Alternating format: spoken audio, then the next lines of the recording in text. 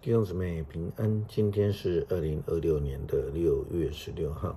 今天的经文是诗篇126篇，创世纪25章第7节到11节，帖撒罗尼迦后书第2章13节到第3章的第5节。今天要跟大家分享的主题是美好盼望。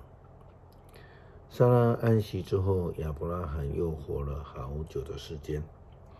上帝赐给他长寿、平安、恩福。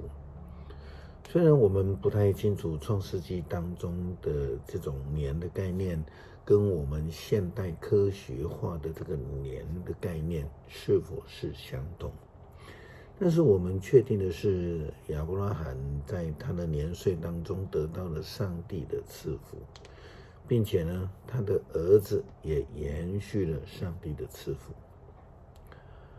这对于以撒而言是一个美好的盼望。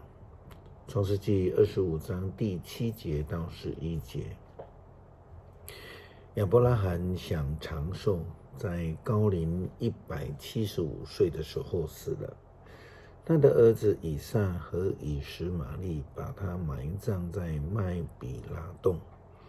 这洞在曼利的东边，原先是赫人所辖的儿子以弗伦的田地。这块田地是亚伯拉罕向赫人买过来的。亚伯拉罕和他的妻子撒拉都葬在那里。亚伯拉罕死后，上帝赐福给他的儿子以撒。以撒住在比尔拉海莱附近。保罗写给帖撒罗尼迦教会的基督徒的信当中，劝勉他们要时刻的感谢上帝，要领受圣灵，成为圣洁的子民，并且确信真理，因为上帝借着主耶稣基督所赐下的救恩，不但成为了基督徒的安慰，也赐给了他们美好的盼望。帖撒罗尼迦后书第2章13节到第3章的第5节，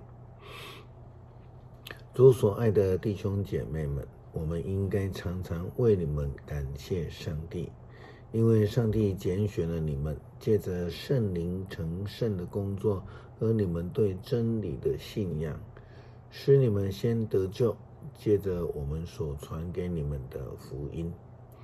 上帝呼召了你们，也呼召你们来分享我主耶稣基督的荣耀。所以弟兄姐妹们要有坚定的信心，要对我们所教导的真理，无论是传讲的或是写在书信当中的，你们都要坚守。上帝爱我们，由于他的恩典，他赐给我们永恒的毅力和美好的盼望。愿这位父上帝和我们的主耶稣基督激励你们，使你们有勇气来宣扬和实行一切美善的事。末了，弟兄姐妹们，请为我们祷告，好使主的信息快快的传开，并且得到尊重，好像在你们中间被传开得尊重一样。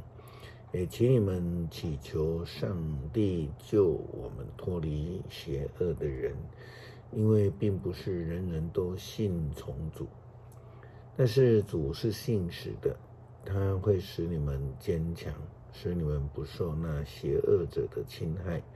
主使我们对你们有信心，我们确信你们是在实行，并且要继续实行我们所吩咐的。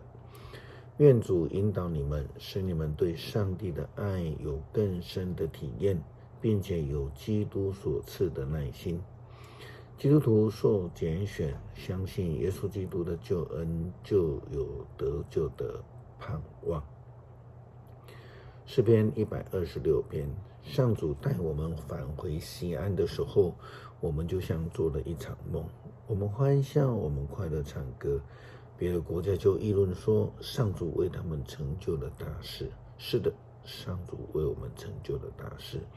我们多么的快乐啊！上主啊，求你把我们带回故土，像雨水带回干枯的河道。愿含泪撒种的都欢呼收割，带着种子流泪出去的人，要抱着禾捆欢乐的回来。